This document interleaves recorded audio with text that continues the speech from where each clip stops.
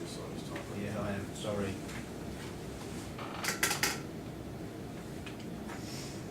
Where we go. Okay. This is my presentation on the experiments I did and related products using hardware. First off, when we did our Legitech experiment, obviously there's quite a heavy focus on audio, narration and additional audio as well. An example of kind of, because I've never really thought about audio that much, and it is really important. When I've done previous projects, it's always just come last or slapped it on and it's not quite matched. So it was nice to have the opportunity to practice to use hardware correctly. Just got an example of when audio has been used in a kind of a strange way that obviously breaks the illusion of film. Oh, not when I knock it. There's no sound anyway, but you've seen Kill Bill, so I'm sure you know what kind of sound that is. Obviously, that's quite a unique use of sound. I will come back to it, but there's the most important part of my short film where I'm expecting to be making the most out of use of hardware would be kind of like the crux near the end, involving flashbacks, and that's the point where I may consider the addition of some kind of sound effect like added on. I'm really sorry to interrupt. If you want to make sure that we can hear that audio, or from now on it's critical to your presentation. No, you don't really need to hear the audio or anything else. Okay. Just see the video, so that's fine. I mean, it doesn't matter if it goes to 11, 12 minutes, the presentation, if you want to spend time fixing that. Okay, that's fine. Yeah, so obviously using the correct equipment, we used a sound room as well for echo cancellation. It's a lot more clear than what I would have normally recorded with. We had Phil teach us, recommend holding it at an angle to reduce audio pop as well, because it's a cardioid mic. Would have used a shotgun mic, would have been better for filming something like dialogue. Obviously this was more appropriate for voiceovers. Also with the Legitech experiment, there's a lot of visuals. Obviously this isn't still image, but the kind of transition between what you're looking at, different images, I thought matched quite nicely to how I did mine to kind of tell a story. The way the images kind of link together, but like I said, obviously it's not still.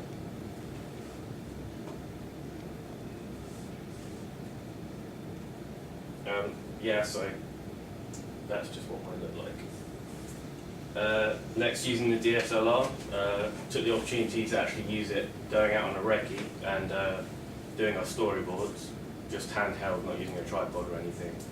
And I thought that was nice because it gave a really kind of a portable opportunity to play around with shots that normally I wouldn't quite be able to match just drawing from my imagination. So I thought that was quite a good use of the cameras at that point. And obviously that's what it came out like. Using the video camera and a clapperboard as well. I had practice in adjusting the focus. I knew a bit about things like camera shots already. One thing that we didn't take advantage of was the aperture. So, because I'd never really covered that before, and it was a valuable learning experience because now I know exactly what aperture is and that I shouldn't do it like that. So I put a lot more effort into adjusting it. Moving on to animation, obviously there's different kinds of animation, cutout animation, pixelation, brick film, claymation. When we did our cutout animation, the best example I could think of was South Park. Only the first season really was used for cutout. Purely the example I used for it was the movement of people, the way it was more of a rotation, just like from left to right of the feet. We used the rostrum for that one, just for a fixed head down shot. And yeah, as you can see, the person on the right just sort of kind of steps left and right. It was also a good opportunity to use used the batch process on Photoshop, although I didn't quite use the lighting right when we used the redheads for two-directional lighting, so it would have been better if I'd spent a bit more time adjusting the lighting. When we did some pixelation animation, this is quite a good example of the kind of hand animation, just like animating a glove. And I liked the way it gave the opportunity to put a lot of realism into something that obviously wasn't, was static. And it was quite nice to characterise a glove in our own pixelation experiment.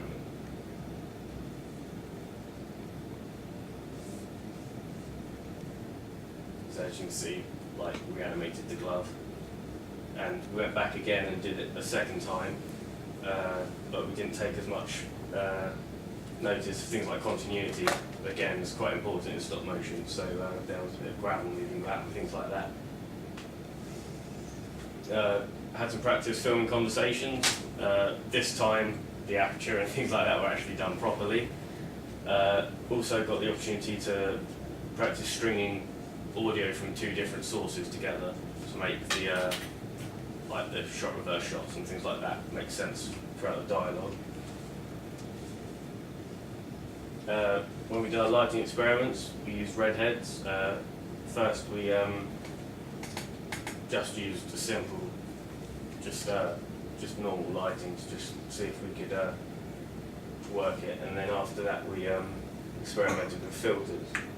This is kind of a good example of the kind of dramatic use of blue lights, and you'll also see how it changes to red for kind of a dramatic effect. And I thought this was a really interesting way of using lighting, like there, is it immediately changes the tone. I think that's something that I might consider using in my own production. Yeah, so this is the kind of lighting effect that we got, which I thought was a very nice shot, and took advantage of those blue filters. When we did our mixed media title sequence, obviously there was a lot of use of the cameras again, and this is probably the best example I could think of for the use of the kind of quick flashes. I've just looped this because obviously it's quite a short sequence, but you see it in a lot of kind of like crime films and TV shows as well, and I really like that kind of quick sudden jerk flashes because it kind of gives that really nice sudden effect of shock and horror, which is something that I may consider using in mine. So the final project, using this kind of hardware that I've looked at, these are the focuses of my final project. I want to look at public opinion, changing their behaviour, using a fractured narrative, which will be important, and how I use my hardware to portray that, and obviously I want to keep it simple. So the things I'll be considering using are voice recording, because I'll have conversations over a mobile phone, so I'll probably go back and use the MP3 recorders again for that. I want to vary shot types, try and use a nice range of them, and I'm going to make the most out of uses of point of view shots. So I've had to look at things like Cloverfield, and I think Chronicle did it very well as well. That kind of real natural use of point of view for the points where you don't see the subject, who the subject is, you're just seeing it from his point of view until the end. Moving back to what I said about the crux at the end, where my character's going to discover that he's kind of been shadowed by a homeless counterpart of himself. I'm going to take a lot of consideration to lighting at that point. I had considered just completely cutting all backlighting out, perhaps filming it back in the drama studio where I have black curtains and I can really manipulate the lighting at that point. And that's when I want to create this kind of shock feeling and create flashbacks. This is a really good example of both lighting and some editing techniques. Obviously, because you can't hear the audio, you'll see that it's cutting, but you also hear the audio overlaid before it cuts, and it's juxtaposing two parallel emotions that he could be having whilst he's having this conversation. He's essentially going crazy at this point, and I may want to have something like that to show the kind of the emotions that's running through this guy at this point of realization. I'll be looking at, I probably, for the majority of it, we'll be using just natural light, because I do want to keep it realistic up until that point. My shooting schedule's taken this into consideration by managing time brackets so that the lighting will match. Just before I ran out of time, this is a really good example of the kind of flashback effects I want to create. So a lot of different shots, and that'll take quite a bit of planning, but I thought this technique was really good.